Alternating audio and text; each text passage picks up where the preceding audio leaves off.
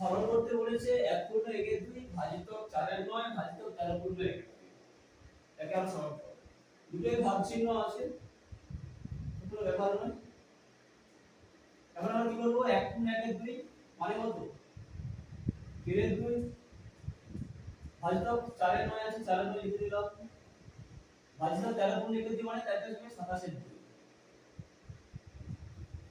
এবার ভাজিত চিহ্নকে আমরা গুণিতক চিহ্নে কনভার্ট করব। ভাজিত চিহ্নকে গুণিতক চিহ্নে কনভার্ট করলে তারপরে যে ভগ্নাংশটা আছে এটাকে আমরা পাল্টে দেব। তাহলে 4 এর আগে কি করব? 9। আবার ভাজিত চিহ্ন আছে, একেবারে গুণিতক চিহ্নে কনভার্ট করব। বলে এটা 27 দিয়ে কি লিখব? 2/27। এবার কাটাকাটি করে দেখি কি হয়।